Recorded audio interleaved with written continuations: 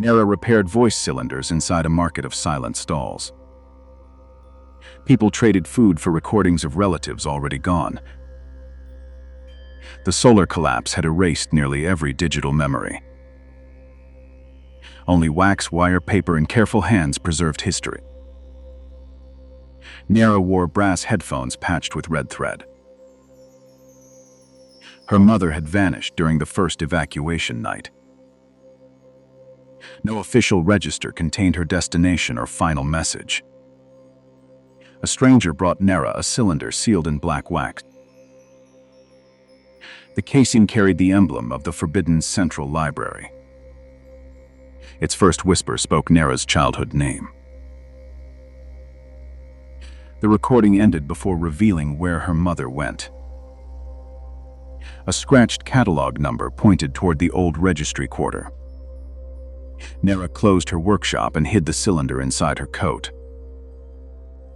Registry patrols searched market stalls for unauthorized memories. Their leader, Prefect Cassian, controlled every public history lesson. He claimed private recordings spread grief and dangerous rumors. Nera escaped through alleys lined with blank memorial stones. A man in a faded broadcast coat followed her quietly. He introduced himself as Elias, a former state announcer. Elias recognized the library seal and asked to hear everything. Nera distrusted the voice that once delivered government orders. Elias admitted announcing false safety routes during the collapse. He had spent years searching for the original emergency recordings. Those records could prove thousands were deliberately misdirected. Nera agreed to follow him only until finding her mother. They entered the registry quarter beneath a red salt moon. Wind pushed paper fragments through windows without glass. Elias remembered a service entrance behind the census hall. Nera unlocked it using the cylinder's brass spindle. Stairs descended into rooms filled with abandoned listening booths. Each booth contained names scratched beneath layers of paint. Nera copied them into a small stitched notebook. A mechanical elevator carried them below the buried avenue. Its counterweight groaned inside a shaft packed with salt. The elevator stopped beside a bronze door without handles. Elias sang an obsolete broadcast interval into the speaking tube. Hidden locks released after recognizing the exact sequence. The central library stretched beneath the entire registry quarter. Thousands of wax cylinders filled shelves fading into darkness. Toma, the last paper restorer, approached carrying an oil lamp. She accused Elias of returning after abandoning the archive. He accepted the accusation without defending his disappearance. Toma examined Nera's cylinder and recognized its catalog family. It belonged to testimonies from the southern evacuation platforms. Cassian had removed their index plates 15 years earlier. Without plates, locating one specific voice could take decades. Worse, salt crystals were spreading through the archive walls. Another storm could shatter every unprotected wax cylinder. Toma needed missing index plates from Cassian's courthouse vault. Nera chose the search despite the approaching salt storm. Elias knew a forgotten acoustic tunnel beneath the courthouse. The passage once carried speeches into public squares. Nera and Elias crawled through tubes lined with cracked tin. Fragments of old announcements echoed beneath their movements. They reached a chamber behind Cassian's private listening room. Shelves held confiscated wedding songs and family farewells. Nera found hundreds of cylinders labeled only with red dots. Elias recognized them as rejected evacuation appeals. Cassian entered while replaying a command in Elias's voice. The order had redirected southern trains toward the fire zone. Elias insisted his original recording named a safe northern route. Cassian revealed editors had cut and rearranged his words. Nera secretly wound the room's recorder beneath her sleeve. Cassian admitted the deception prevented overcrowding in elite shelters. He offered Nera her mother's complete record for silence. Nera refused and pulled the acoustic release lever. Cassian's confession traveled through old tubes into nearby streets. Patrols sealed the courthouse before the message spread farther. Elias grabbed the index plates while Nera protected the recorder. They escaped through a courtroom floor weakened by salt. Toma matched the recovered plates with Southern testimony shelves. Nera located her mother's cylinder among 40 identical cases. The voice described guiding children away from burning platforms. Her mother had joined a traveling school beyond the western dunes. The final message asked Nera to preserve everyone's names. She wept once, then returned the cylinder to its shelf. Personal answers no longer outweighed the endangered archive. Toma proposed moving essential records into the stone amphitheater. Its underground chambers were dry and naturally shielded. Carrying thousands of cylinders required help from the entire city. Cassian ordered citizens to surrender any library materials immediately. Nera released copies of his confession at market phonographs. Families recognized voices Cassian had declared fabricated. Mourners arrived carrying baskets padded with blankets. Musicians brought instrument cases for fragile wire recordings. Former clerks opened hidden catalog rooms beneath their homes. The library became a moving procession through salt-dark streets. Toma supervised packing while walls cracked behind empty shelves. Nera led carriers using bells instead of visible signs. The salt storm arrived before half the archive moved. Crystals struck rooftops like handfuls of broken porcelain. Cassian's patrol wagons blocked the road toward the amphitheater. Citizens surrounded the wagons and began playing confiscated voices. Guards heard parents, siblings, and children presumed lost. Most lowered their shields and opened the barricade. Cassian fled toward the library with oil torches. Nera realized he intended destroying the remaining evidence. She and Elias returned through streets, disappearing in white dust. Toma stayed behind to protect uncatalogued basement shelves. Cassian ignited paper records beside the main ventilation shaft. Elias redirected the acoustic bellows against the spreading flames. Nera rolled wet preservation cloth across the burning tables. Toma released emergency sand from ceiling hoppers. The fire died as salt pressure shattered outer windows. Cassian became trapped beneath fallen blank memorial stones. Nera ordered rescuers to free him despite his crimes. They carried the final cylinders out before the vault collapsed. At the amphitheater, every chamber became a listening room. Citizens indexed recordings by families, places, skills, and events.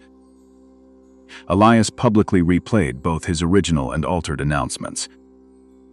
He accepted responsibility without claiming complete innocence. Toma taught children to repair paper and wax. Nera created duplicate collections for distant traveling settlements.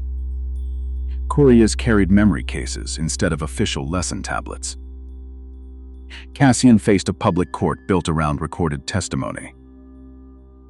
No single archive held the only surviving version afterward. Nera kept her mother's message among shared school records. New memorial stones received names spoken by living witnesses. The city recovered its past one careful voice at a time. Memory survived because ordinary people refused convenient silence. They all survived beneath the sky that hid the true sun. Rowan repaired generators inside the city's lowest district. Paul watched white light shining from the upper levels. Enormous pipes crossed homes like metallic veins. The Helios patrols inspected every household's power allowance. Vera fled through the dark market pursued by patrols. Rowan hid her inside a broken machine storage room. Sarah carried a data core stolen from restricted levels. She claimed the reactor did not create energy. Rowan dismissed her as a reckless troublemaker. The core revealed energy flowing from poor districts. The children were removed from families for supposed medical testing. Resident records vanished after every nighttime relocation. Owen remembered his nephew lost to the maintenance program. He agreed to guide Sarah through forbidden maintenance tunnels. They used an old technician card to cross the middle gate. Their filters worked fully only for the upper districts. Workers labored beneath harsh blue industrial lights. Sarah revealed chambers draining energy from sleeping citizens. Rowan found his nephew's code upon an empty chamber. The patrols detected the stolen data core's activation. They fled through shaking energy conduits. A narrow service bridge collapsed behind them. They reached a hall filled with sleeping children. Sarah found her younger sister inside an energy pod. Owen cut local power and opened the chambers. Workers carried the weakened children away. Workers realized their lives powered the upper city. Sarah broadcast the evidence across industrial screens. The rulers sealed every lift toward the bright district. Owen restarted an unregistered cargo lift. They ascended while city levels lost power. The upper square displayed plastic trees and a false blue sky.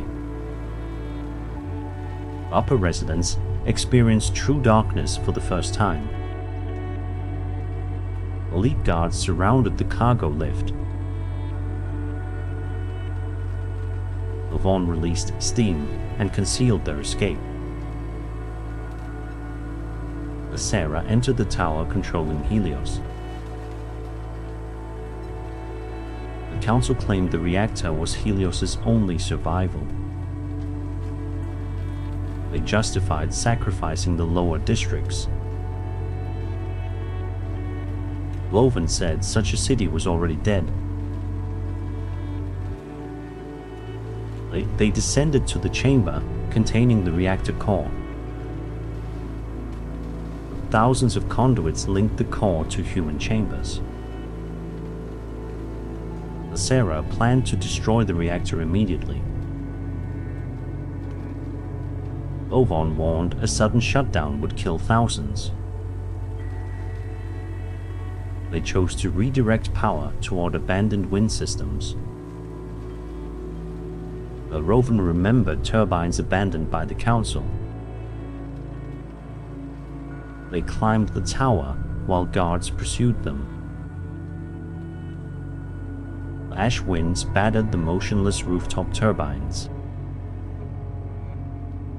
Owen restarted the first turbine with worn tools. Sarah called workers to restart every remaining turbine. The citizens across Helios turned machinery together. The turbines produced a small but steady power flow. The council member tried disabling the new grid. Sarah's sister used an access code to stop him. The old core overloaded as human chambers disconnected. Rowan returned below to stabilize pressure valves. She returned while the control tower began collapsing. Rowan repaired valves while Sarah redirected new power. The white reactor faded without exploding. The Helios entered complete darkness for several minutes. The small household lights returned through turbine power. The artificial sky above the square went dark. The ash thinned and citizens saw natural light. Citizens rested the leaders who maintained exploitation. But every remaining resident was freed from the chambers. Wabbling found his nephew alive but weakened. Rowan embraced the child he believed dead. The sisters watched the changing city together. Upper districts shared clean air and stored food. The former laborers managed the new power grid. Helios became darker but fairer and more honest. Owen reopened his workshop for every district. Sarah told the truth beneath the open sky. Children planted real seeds in reclaimed soil. A green sprout emerged beneath the ash sun. Flour was no longer rationed according to wealth or district. The engineers and residents elected an open council to manage Helios. Rowan's nephew began learning turbine repair inside the workshop. The natural sunlight entered the workshop for the first time. The city survives only when nobody becomes its fuel. Kalen mapped rooftops disappearing beneath another silent ashfall. His charcoal compass marked structures strong enough for crossing. Every step left a black footprint across abandoned skylights. The buried streets had not seen daylight for 12 years. Surface families survived inside towers joined by canvas tunnels. Filter cartridges mattered more than coins or inherited titles. Callan traded updated maps for water and clean breathing cloth. A warm draft rose through a crack near the old courthouse. The air carried 3 measured knocks from somewhere below. Kalen marked the location before Ash buried it again. Mira intercepted him beside a collapsed public ventilation tower. Her amber goggles reflected the courthouse mark on his map. She demanded to know where he heard the underground signal. Kalen refused until she revealed an engineer's brass token. Mira believed sealed subway shelters still contained survivors. Official records claimed every lower refuge had suffocated. Her father had designed emergency bellows beneath the central station. The system could function if 3 intake shafts reopened. Warden Soar had forbidden all excavation near buried districts. Kalen agreed to guide Mira through forgotten service routes. They entered a hotel through windows level with the ash. Inside, chandeliers hung inches above the hardened gray surface. Kalen uncovered an elevator shaft behind a sealed kitchen. Mira lowered a lantern that vanished into warm darkness. Fresh rope fibers appeared around the lowest visible pulley. Someone below had recently used the abandoned lifting system. They descended while ash whispered through cracks overhead. A blocked landing forced them into flooded laundry pipes. Mira found handprints pressed into still damp soot. The underground signal repeated, weaker but unmistakably human. Their first intake shaft lay beneath the old theater. Its fan blades were fused by volcanic glass. Kalen wedged map boards between gears to hold them steady. Mira chipped glass away using a narrow masonry hammer. A sudden pressure burst filled the theater with black dust. They covered their filters and crawled beneath tilted seats. The freed fan released a deep breath through buried ducts. Far below, metal pipes answered with rapid hammering. Mira smiled for the first time since their descent. Kalen realized the official death records had been fabricated. The second intake opened inside a collapsed botanical museum. Dry vines formed brittle webs across the entrance hall. Pale mushrooms glowed along walls warmed by underground pipes. Mira warned their spores could clog every filter membrane. Kalen traced a route through glass display cabinets. A hidden door revealed workers wearing patched respirators. Their leader Torv aimed a mining drill at the strangers. He lowered it after seeing Mira's engineering token. Torv explained 600 people remained beneath the city. Their filters would fail before the next heavy ash storm. Soar's patrols had welded every staircase from above. Underground families recycled air through failing mine bellows. Torv guided them toward the museum's buried intake chamber. Fungal roots had wrapped tightly around the dormant rotor. Workers cut roots while Mira rebuilt the corroded bearings. Kalen climbed inside the shaft to clear compacted ash. The ceiling cracked under the weight of 12 winters. Torv braced the chamber using old exhibit frames. Mira restarted the rotor moments before supports buckled. Clean air rushed downward through the glowing mushroom hall. Children's voices traveled upward inside the reopened duct. Kalen recorded their names on the back of his map. Soar soldiers discovered the opened theater intake at dusk. They followed fresh air currents toward the Botanical Museum. Torv's workers prepared to collapse tunnels behind themselves. Mira refused to bury their only routes back upward. Kalen proposed misleading patrols with false chalk symbols. He redrew 3 passages across unstable ash pockets. Soldiers entered the wrong corridor and triggered a sinkhole. Nobody died, but their equipment vanished beneath powdery debris. Soar announced that underground raiders threatened surface oxygen. Tower residents began guarding their private filter stores. Callan returned briefly and showed families the recorded names. Several recognized relatives declared dead many years earlier. Public anger weakened Soar's control over excavation crews. The third intake stood beneath the fortified ash granary.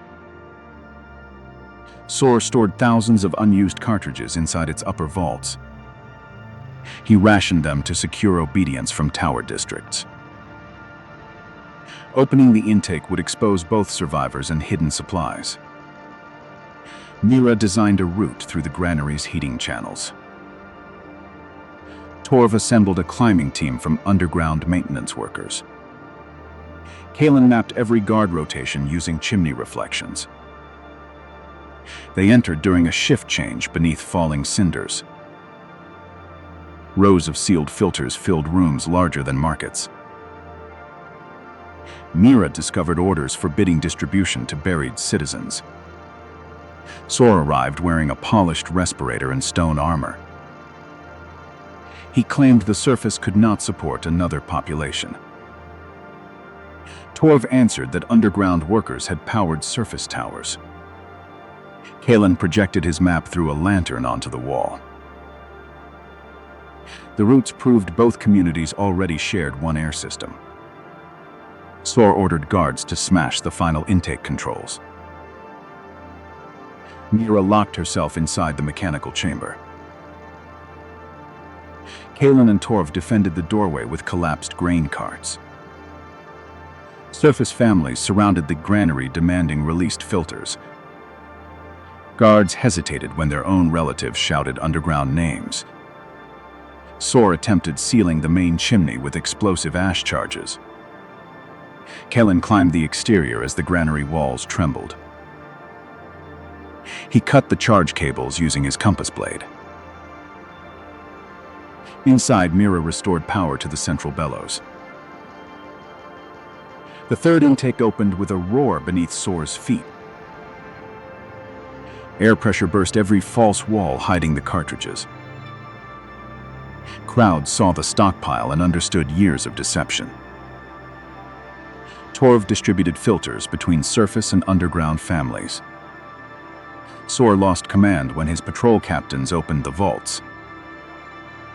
The approaching ash storm turned noon into immediate darkness. Mira synchronized all three intakes from the central station. Kalen guided tower residents toward reinforced subway entrances. Underground workers raised lantern lines through reopened stairwells. Families met relatives separated since the original eruption. The storm buried several towers but spared the crowded shelters. Central bellows pushed breathable air throughout the long night. Morning arrived as a dim silver glow through vents. Kalen replaced secret route marks with public maps. Mira trained apprentices from both levels to service machinery. The granary became a shared storehouse for filters and grain. Children painted family symbols beside every reopened staircase. Surface gardens used warm exhaust from the underground pipes. Underground halls received daylight through mirrored ventilation shafts. Kalen's newest map showed one city instead of two. Breath returned when nobody claimed ownership over the air. Elias repaired the final locomotive inside an ash-filled station. Survivors believed a clean northern refuge still existed. The armored engine pulled 8 battered passenger cars. Refugees traded food for seats aboard the final train. A doctor boarded carrying medicine and patient records. A silent boy carried a wooden train beside Elias. Mercenaries guarded the remaining fuel supplies. A polite passenger helped elderly refugees board. The station commander ordered departure before the ash storm. The steel gate closed behind them permanently. The train passed districts emptied of all life. Elias heard an unfamiliar vibration within the engine. The silent boy drew a broken railway line.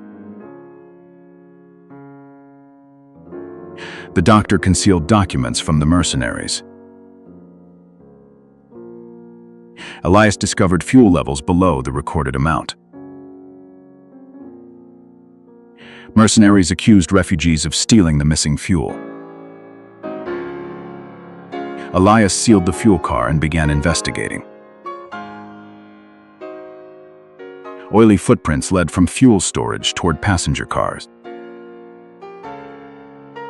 The trail ended beside the polite passenger's seat. The passenger denied everything with unsettling calm. The train reached a damaged steel bridge. Elias found the brake lines deliberately severed. He climbed the roof to repair brakes in motion. Ash wind struck Elias across the shaking cars. The boy pointed toward a shadow following Elias. A masked saboteur tried throwing Elias from the roof. The doctor secured a rope and saved Elias. Elias restored braking before the broken bridge section. The locomotive stopped meters from the collapsed bridge. They repaired a side route through an abandoned factory. Signal smoke revealed raiders tracking the train. Mercenaries fortified the rear cars.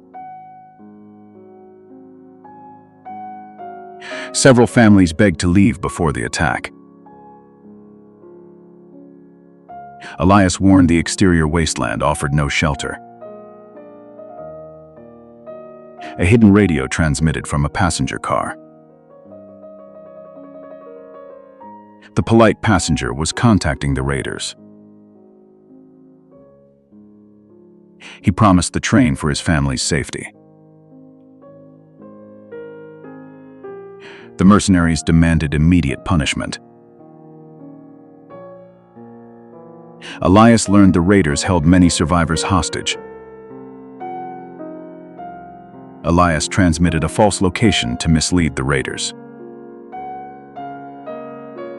The train entered a long tunnel without ventilation. Engine smoke entered the cars and weakened passengers.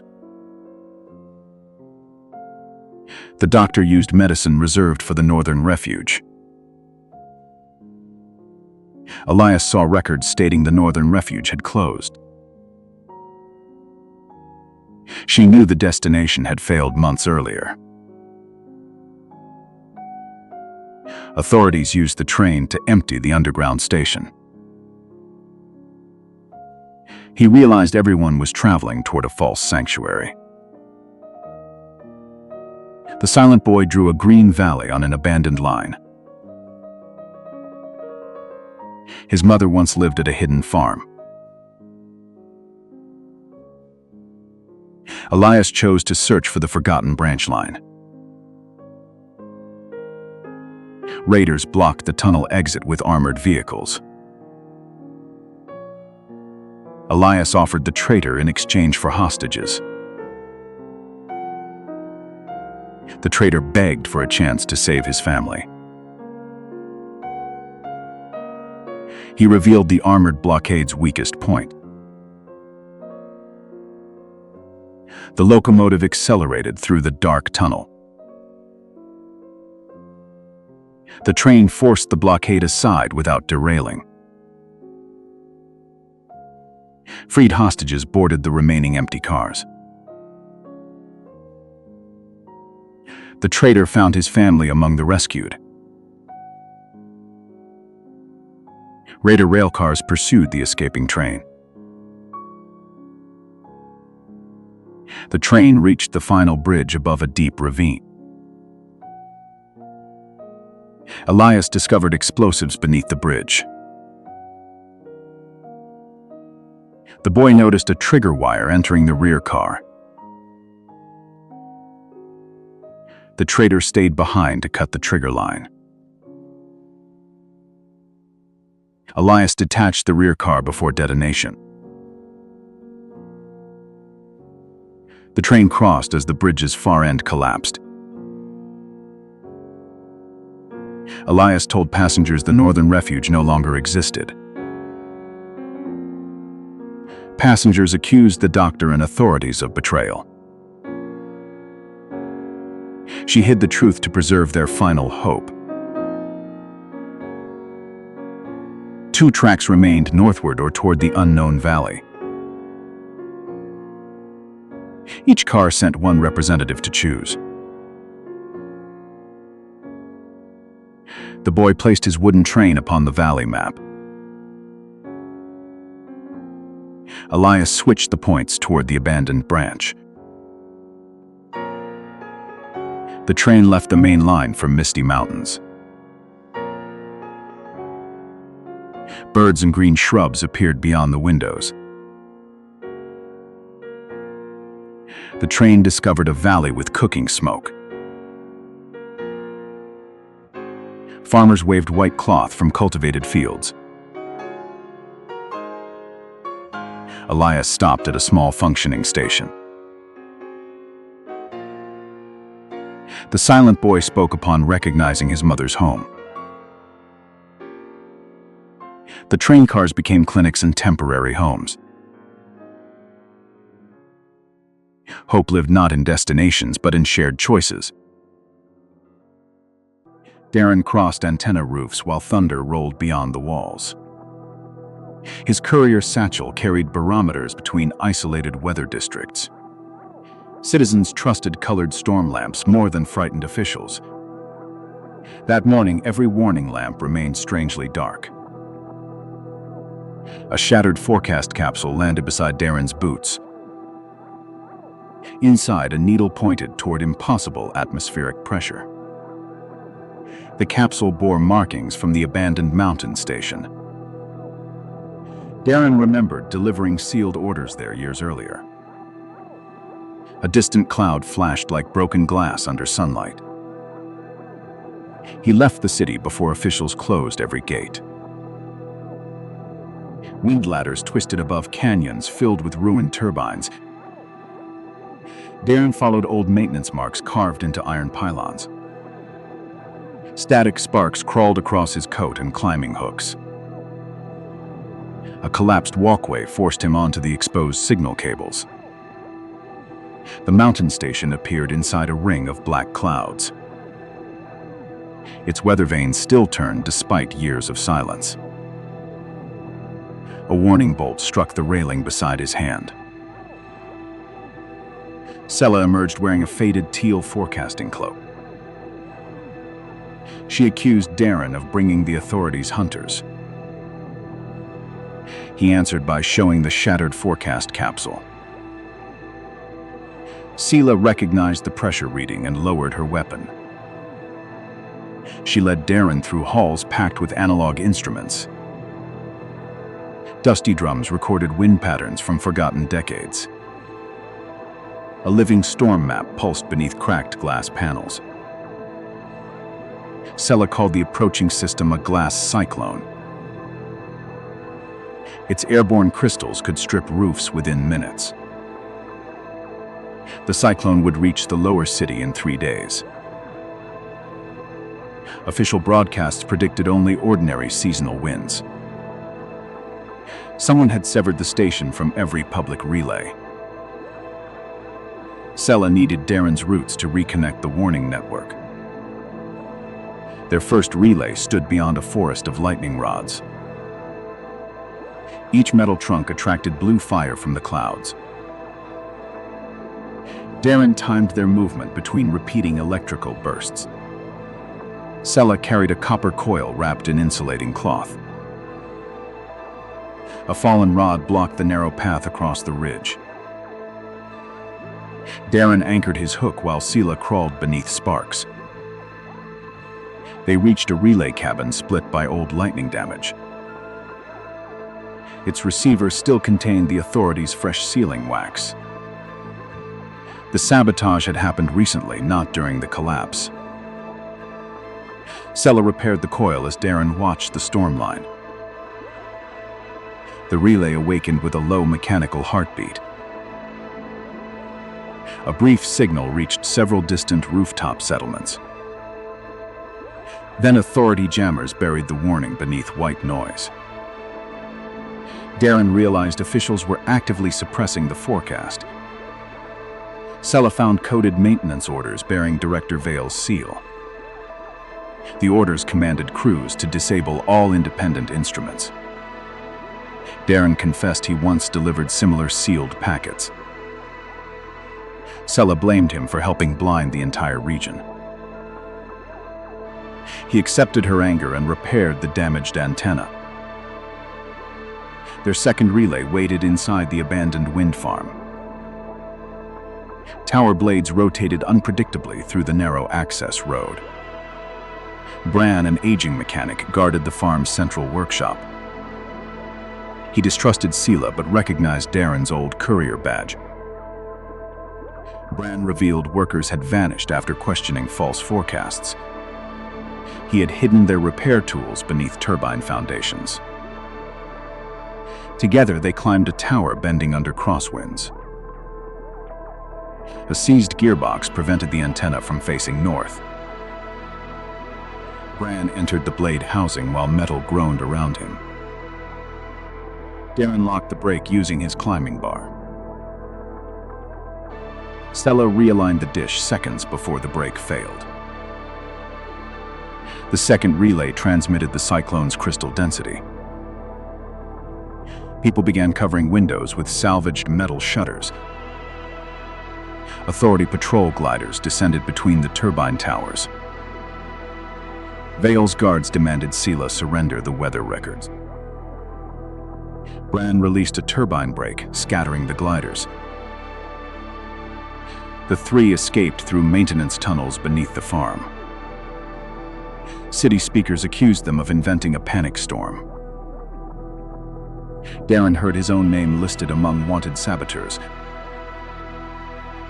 Several settlements extinguished their lamps to avoid punishment. Others flashed hidden mirrors, signaling belief in Sela's warning. Bran explained why Vale needed the forecast suppressed. The Authority controlled shelters, filters, and emergency oxygen. A surprise disaster would make desperate citizens completely dependent. Vale planned to exchange shelter access for lifelong labor. Sela wanted to expose the scheme before repairing anything else. Darren argued warnings mattered more than proving their innocence. Bran forced them to choose both truth and survival.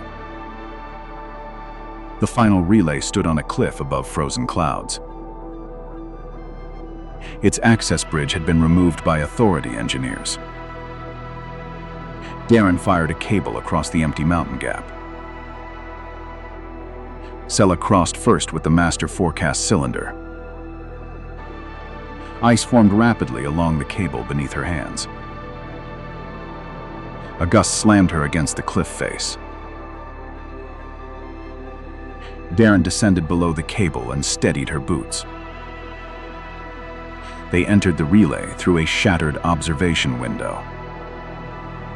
Inside, Vale waited beside a portable signal jammer.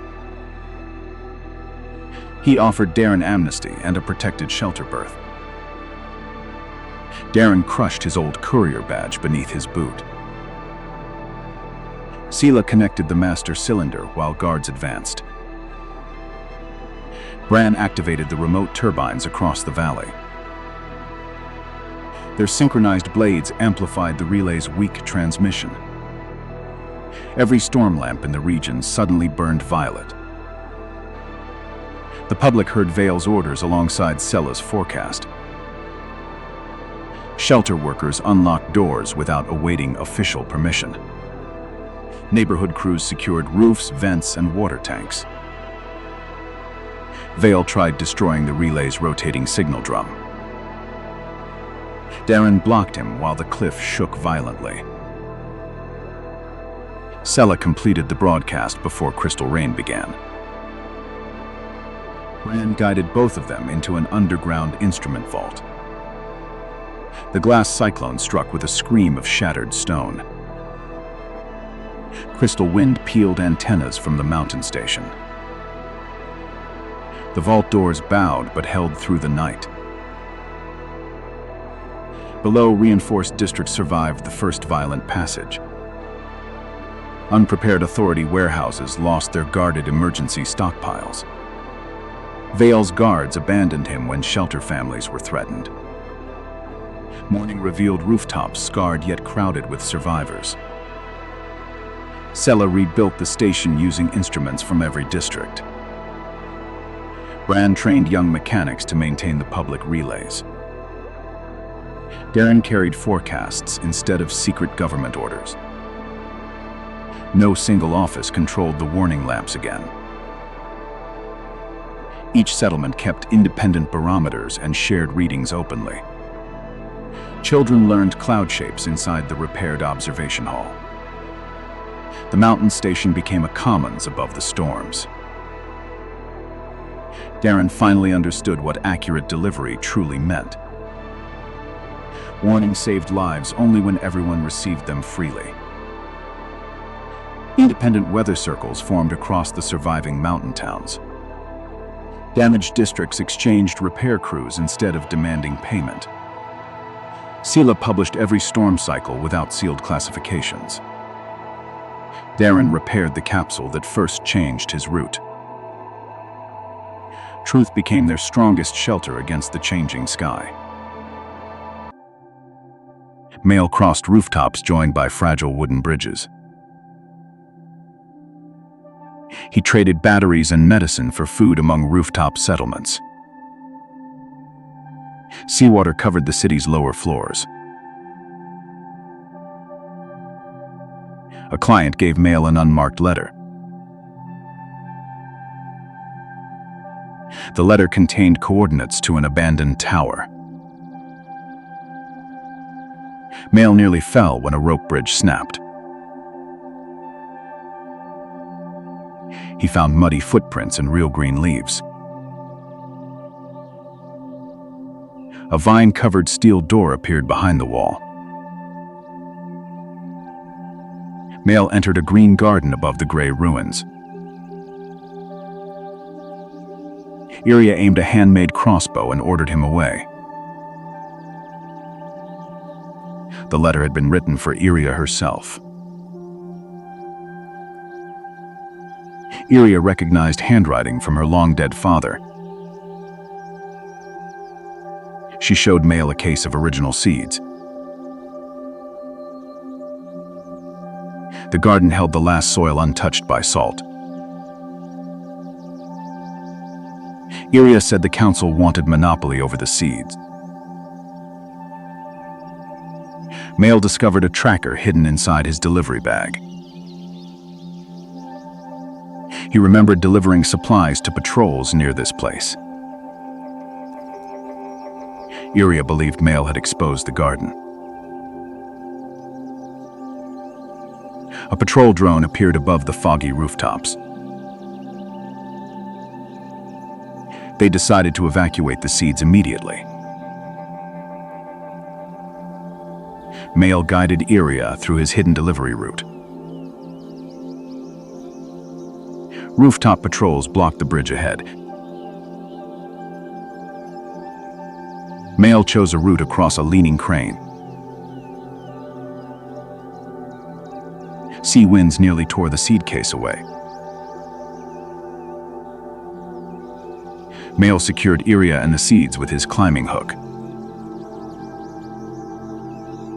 They entered a hospital with only upper floors above water.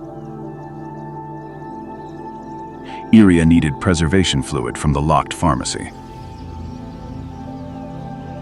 A surge pushed seawater into hospital corridors. Mail forced the pharmacy door before the flood arrived. They found one sealed bottle of preservation fluid. The patrol drone illuminated the hospital windows.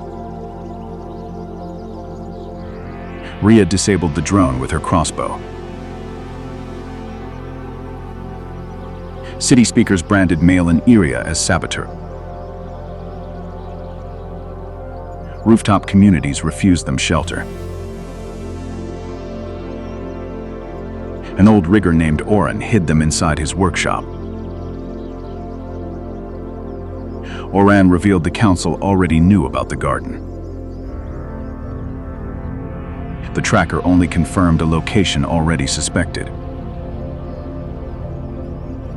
They needed the final suspension bridge toward the mainland. The council fortified the bridge with armed patrols. Oran suggested crossing through a collapsing tower. They climbed the leaning floors through violent winds. They found remnants of families lost before the floods. Eerie doubted the seeds could heal such ruin. Mail said a right choice still mattered when delayed. The tower roof cracked and began collapsing. Mail swung Eerie across the widening gap. The seed case slipped toward a lower floor.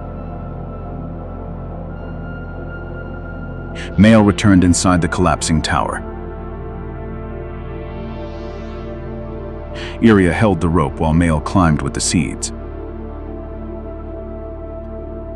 They escaped as the tower collapsed into the sea.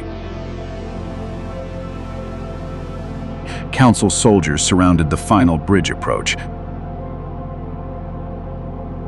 The rooftop communities began supporting Eerie. Oran revealed documents proving the council's planned monopoly. Citizens opened a path toward the bridge. The council leader arrived with elite guards. The leader reminded Mail of his past deliveries. Mail admitted his guilt and rejected further obedience. Eerie distributed small seed packets among rooftop communities. The council's monopoly failed once the seeds were shared. Patrol soldiers lowered weapons for their hungry families. Citizens lowered the final bridge toward the mainland. The old bridge shook beneath the moving crowd. Mail remained behind to secure the anchor lines. The leader tried cutting the bridge anchor. Eerie blocked the blade and protected the anchor. Mail locked the bridge mechanism and ran across. The bridge fell after the final survivor crossed. The survivors faced salt fields and lifeless soil. Eerie chose high ground containing darker soil. Mail found a weak freshwater pipe beneath the ground. The community repaired pipes and prepared planting beds. Eerie planted the original seeds beneath the fog. Days passed without any visible change. Mail feared his redemption had come too late. Eerie continued watering the soil with precious drops. A green shoot emerged through the gray soil. New garden beds began greening the elevated ground.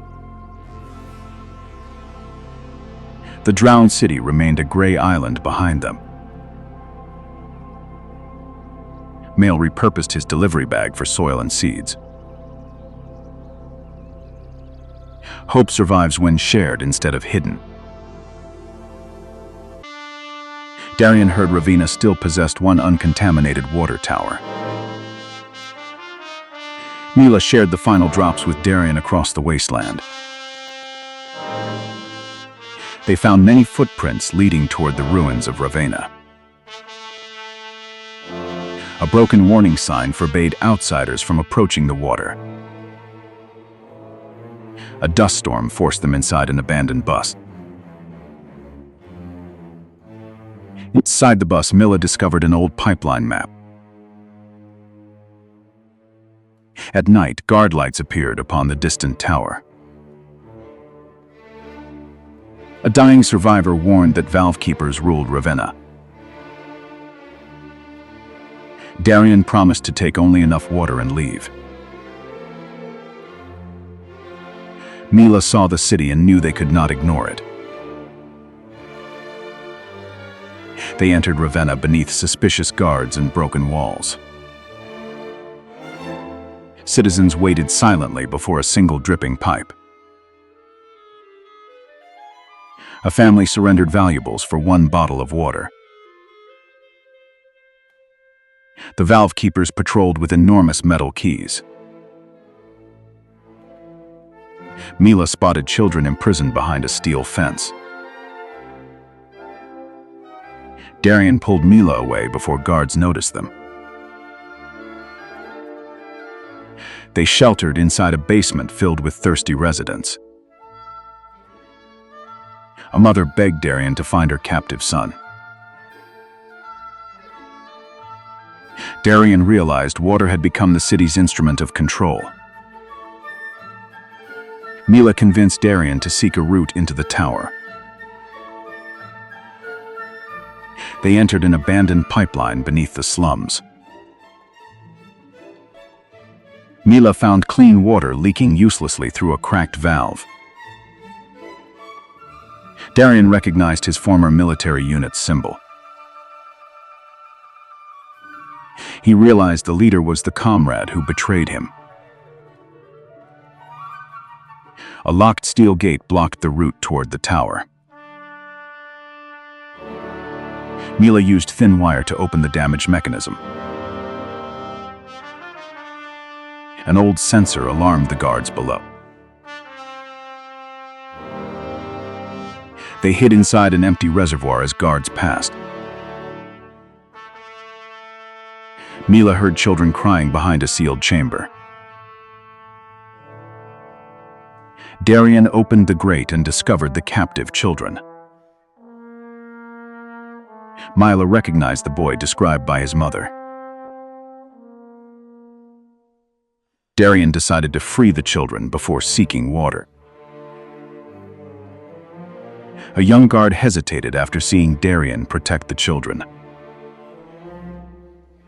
The guard secretly revealed a bridge leading upward. The valve keeper leader blocked them at the bridge. The former soldiers recognized each other beneath dusty lights. The leader claimed water control was necessary for order. Darian called thirst-based order another form of slavery. Mila guided the children through a maintenance passage. Guards discovered them and rushed onto the bridge. The rusted bridge shook while Darian delayed the guards. Mila dropped a steel grate across the passage. They climbed the tower's exposed spiral staircase. Hot winds shook every exposed metal step. A major pipe burst and sprayed clean water out. Below, Ravenna's citizens saw free water for the first time. Several guards abandoned the chase to help citizens collect water. Darian reached a pump room filled with locked valves. Mila used the old map to restart an auxiliary pump. They discovered enough water to sustain Ravenna for months. The central valve required the leader's unique key.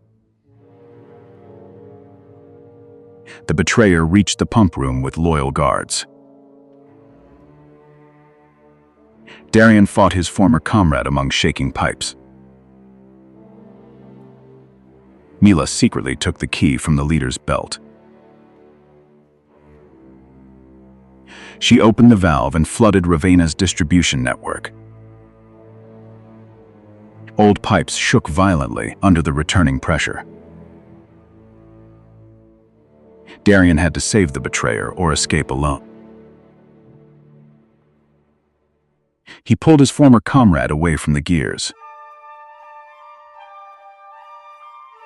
The defeated leader ordered every remaining valve opened. Dry fountains suddenly released water across the city. Citizens broke the fences and freed every remaining captive. The guards removed badges and surrendered the keys. Crowds surged forward and damaged several fragile pipes. Darien organized fair distribution zones throughout Ravenna. Mila led children in marking damaged water lines. The mother finally embraced her missing son. The former leader surrendered the central key publicly. Darien gave the key to a newly chosen council. Mila planted seeds beside the restored water flow. The first green shoots appeared beside repaired pipelines. The citizens asked Darien and Mila to remain. He looked toward Wastelands where others still needed help. Mila proposed carrying the pipeline map to other cities. Darien filled the bottle that had once been empty. Ravenna opened its gates for their departure. They departed as the water tower shone at sunrise. Citizens formed a rotating council to prevent another water monopoly. Darien repaired the final pump before leaving the city. Mila copied the pipeline map for Ravenna's repair crews. In a dead world, water mattered only when shared. Elian warmed the ember line before the frozen dawn bell. Snow filled streets up to the abandoned second floors. Families crowded the platform carrying blankets instead of luggage. The sun had remained a pale circle for 13 winters. Coal reserves would keep the city alive 3 more weeks. A geothermal valley had offered shelter beyond the northern range. Reaching it required crossing 600 kilometers of dead railway. Elian checked every coupling with his mechanical left glove. He promised the engine one final journey through winter. Noah arrived escorting children from the collapsing hospital. Behind them, workers rolled a sealed copper heat core. The valley needed that core to restart its deep pumps. Commander Rusk demanded the core remain inside the capital. He controlled the fortress furnaces and most remaining coal. Noah produced an evacuation charter signed by district elders. Rusk tore the public copy while guards closed platform gates. Elian released steam and drove through the barricade. The ember line entered suburbs buried beneath blue ice. Jorik, the old railmaster, unfolded hand-drawn track charts. Elian distrusted repairs nobody had officially inspected. Their first signal post showed a green lantern burning. Someone had lit it only minutes before their arrival. A rail charge exploded beneath the empty freight car. Elian braked before the damaged axle left the track. Passengers formed a windbreak around Jorik's repair crew. Elian found a black fortress seal inside the charge casing. Rusk had sent riders along the parallel maintenance road. Jorik replaced the axle pin using a signal lever. The train moved again before the riders reached them.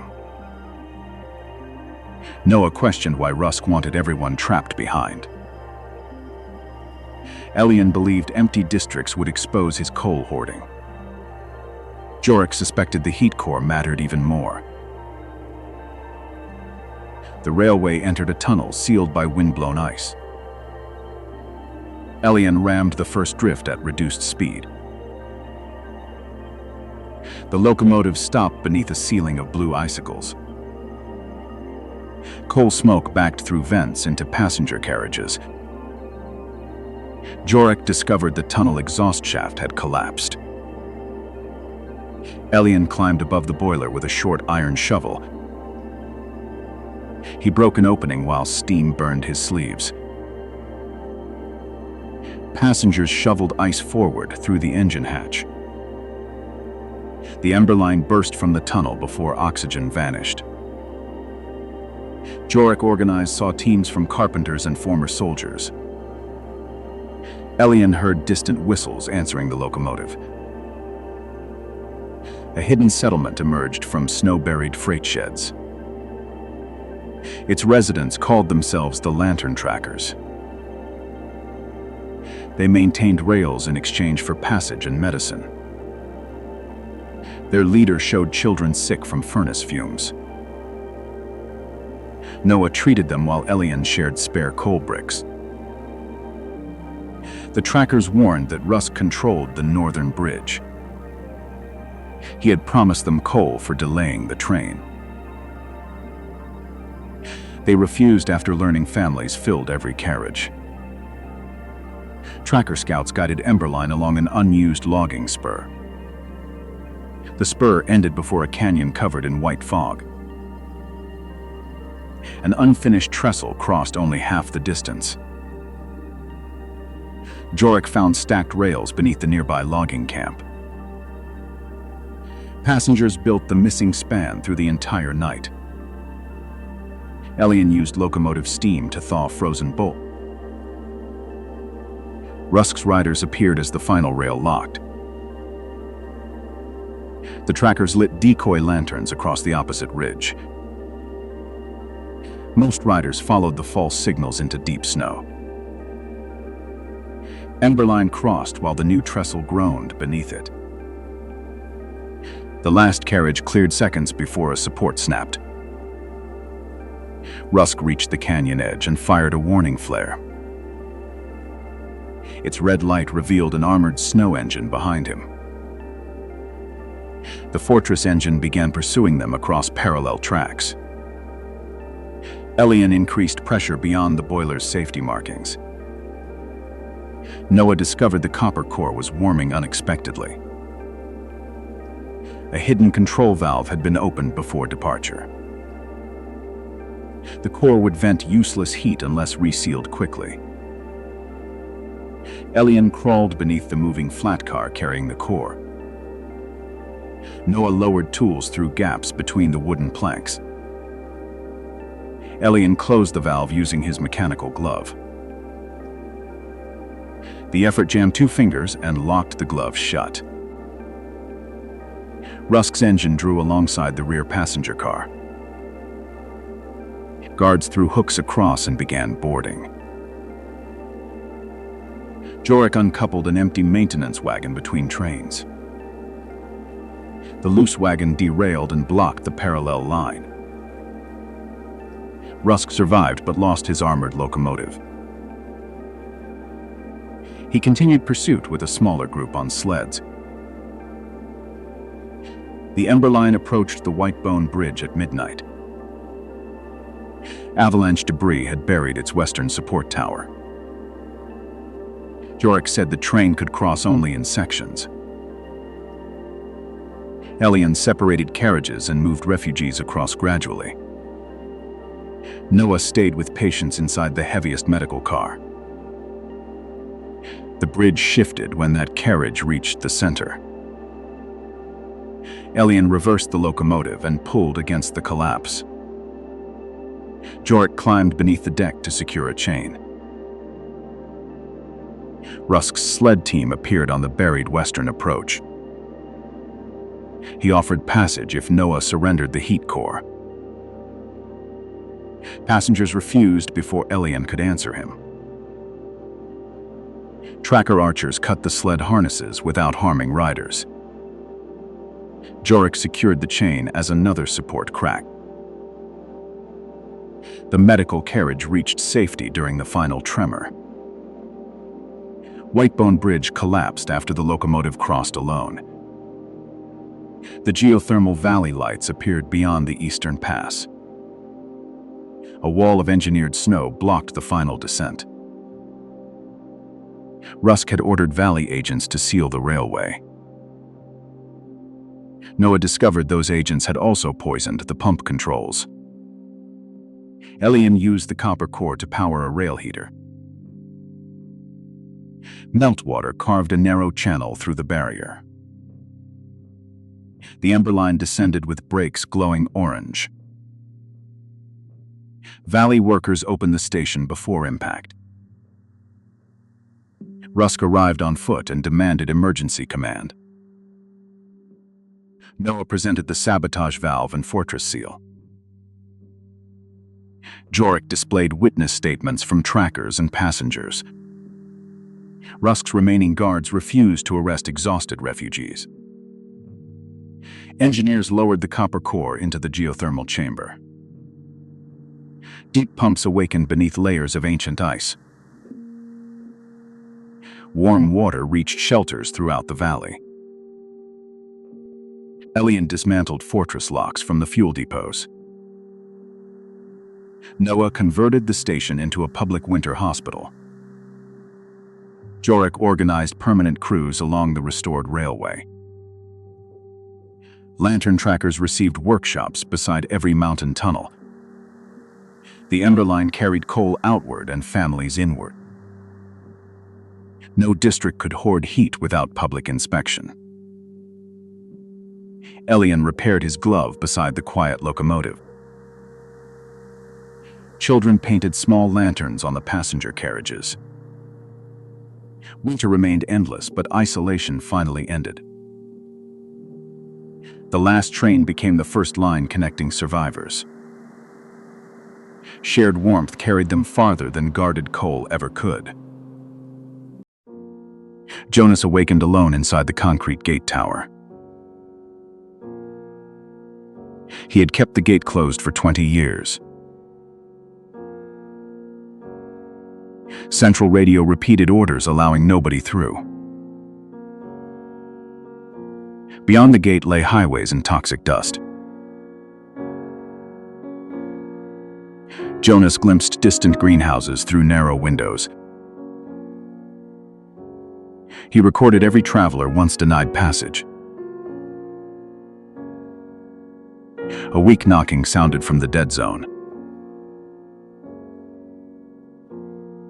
Toma arrived carrying his feverish younger sister. He begged Jonas for medicine beyond the wall. Jonas refused because the rules allowed no exceptions. He allowed the children shelter beneath the outer awning. Toma's sister struggled to breathe through the night. Jonas possessed medicine, but not enough for recovery. Toma accused Jonas of valuing concrete over human life. Radio announced the gate's destruction within 3 days. A military team was coming to plant explosives. More refugees appeared along the abandoned highway. Jonas reinforced the outer fence against unrest. Toma discovered a service tunnel beneath the checkpoint. Toma asked Jonas to guide him through the tunnel. Jonas remembered losing his family while obeying orders. Jonas agreed to inspect the inner zone. Toma left his sister with an elderly refugee. Jonas opened a tunnel sealed for 20 years. The tunnel air was cleaner but unnaturally silent. They crossed an abandoned decontamination chamber. Dust revealed people had abandoned the safe zone. The inner door opened upon an empty settlement. Greenhouses still held plants without caretakers. Toma found a clinic containing limited medicine. Jonas learned the residents evacuated 10 years earlier. Official reports falsely described the zone as active. Contaminated water forced everyone to abandon the zone. Several sealed medicines remained usable. Toma hurried back toward his weakening sister.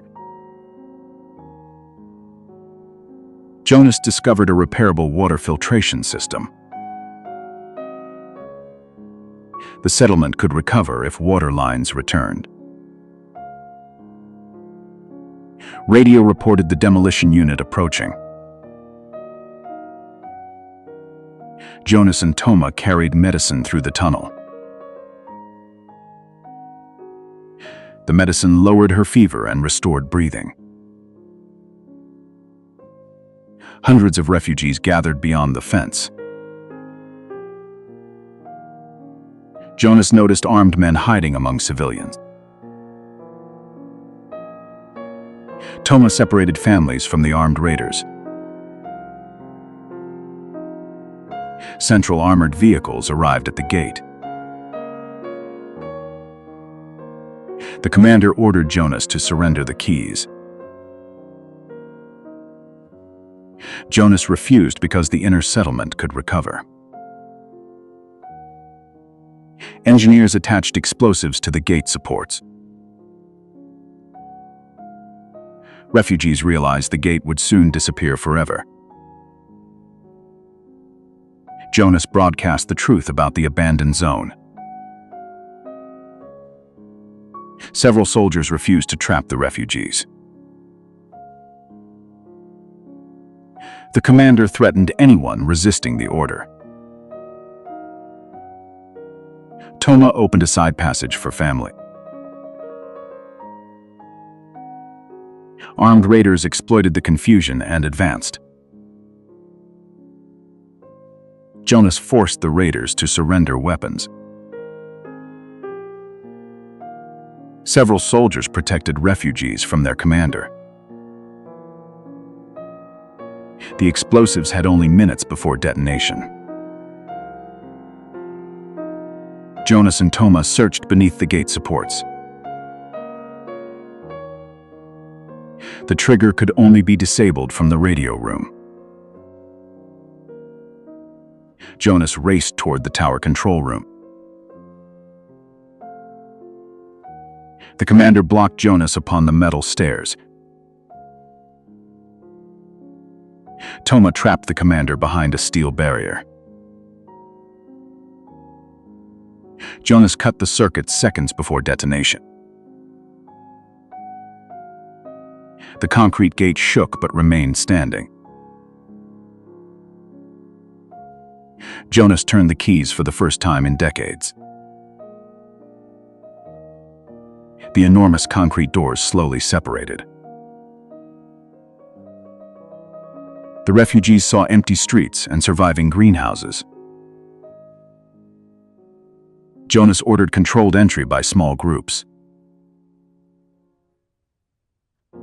Toma and refugee doctors distributed medicine fairly. Skilled refugees began repairing the filtration system. The abandoned zone became a genuine settlement. Jonas left the tower and surrendered the keys. He read the names of those once denied entry. Toma planted a sapling beside the concrete wall. His sister recovered and ran beneath greenhouse light. The defecting soldiers became community guardians. Jonas rested before the permanently opened gate. The restored greenhouses produced their first vegetable harvest. Central Radio became a community-operated communication channel. Jonas hung his old rifle inside the tower permanently. A gate matters only when people retain the choice.